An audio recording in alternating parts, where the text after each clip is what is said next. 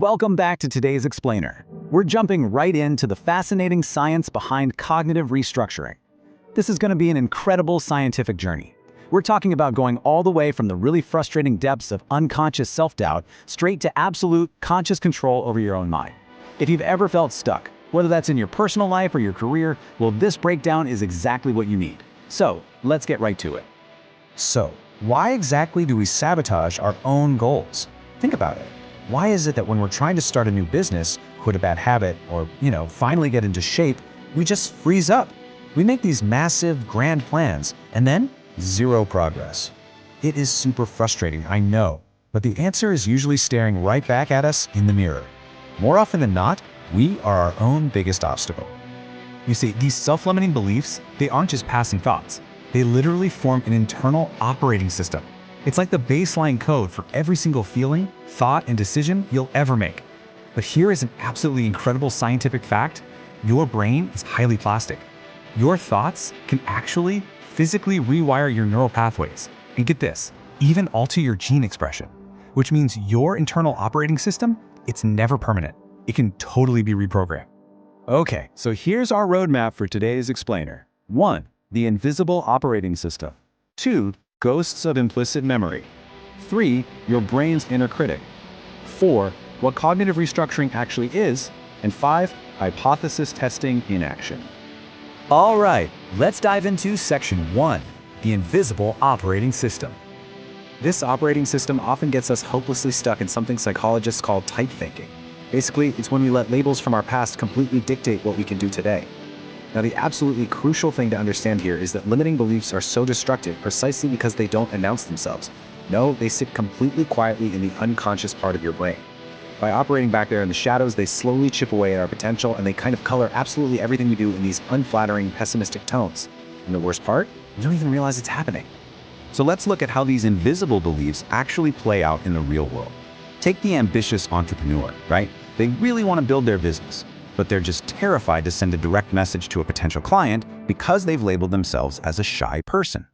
Or think about someone staying in a deeply unfulfilling or even abusive relationship simply because their baseline operating system is screaming that they don't deserve anything better. And get this, Stephen King, arguably one of the greatest authors of our time, literally threw his initial manuscript for Carrie straight into the trash out of pure self-doubt. His wife actually had to dig it out and rescue it. That right there is tight thinking at its most dangerous.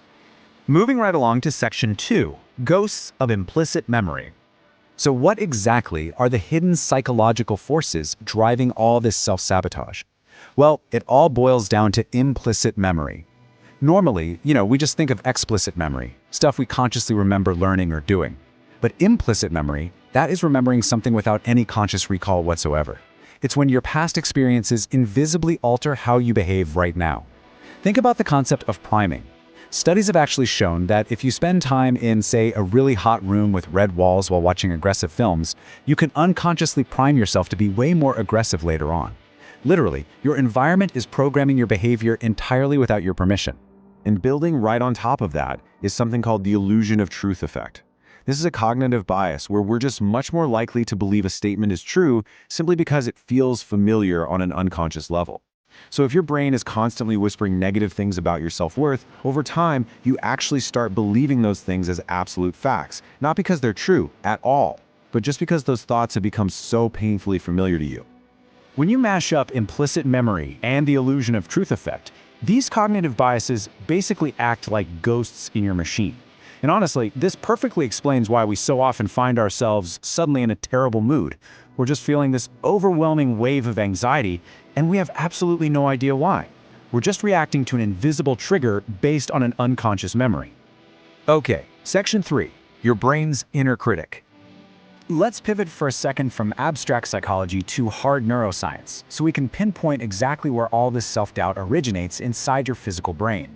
Because yes, we can actually point to the biology of our self-doubt.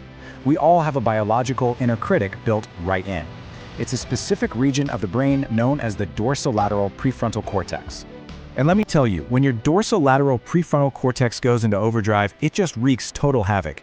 It makes us second-guess and question every single decision and statement we make.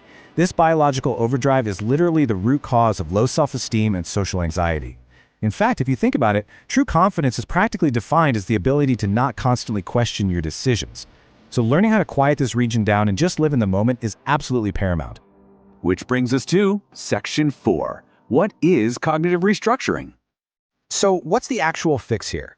Well, it's a core, insanely effective, non-invasive method found right inside cognitive behavioral therapy, or CBT. Let's break it down into 3 actionable steps you can literally start using today. Step 1 is mindfulness. You just step back and watch your thoughts drift by, kind of like clouds, just observing them without trying to influence them, so you can easily spot the negative ones. Step 2 is thought challenging. This is where you brutally and truthfully deconstruct that negative belief to prove to yourself that it's nothing but a lie. And finally, step 3 is positive affirmation. You deliberately replace that broken thought with a constructive, positive one. Let's see how this plays out in a real-world scenario, especially when it comes to breaking bad habits. Say you catch yourself in this destructive loop thinking, oh, just one cigarette or just one piece of chocolate, it won't hurt. You have to stop that thought right there in its tracks. Then you restructure it. You consciously replace it with a highly logical, forward-thinking expectation like, the first time I slip is the beginning of a slippery slope. And the science is super clear on this. By repeating these useful affirmations, it eventually becomes a habit, permanently rewiring that biological inner critic. And that leads us to our final stop, Section 5, Hypothesis Testing in Action. This brings us to what is, quite frankly, the absolute most proactive tool in the entire CBT arsenal for crushing limiting beliefs: hypothesis testing. Basically, this means taking the battle out of your own head and forcing it into the physical world.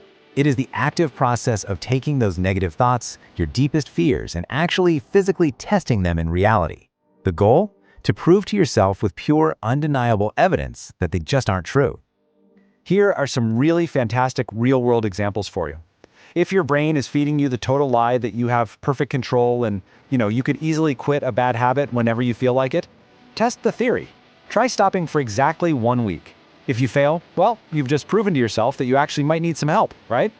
Or if your inner critic is screaming that you are fundamentally a super shy person, deliberately put yourself into a demanding job or a weird social situation that sits just right outside your comfort zone.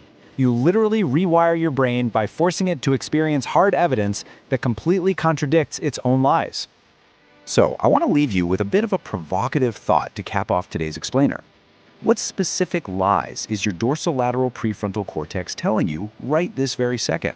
Seriously, what is your single biggest limiting belief? I highly encourage you to identify it today and give yourself a little bit of homework. Perform a real-world hypothesis test on it.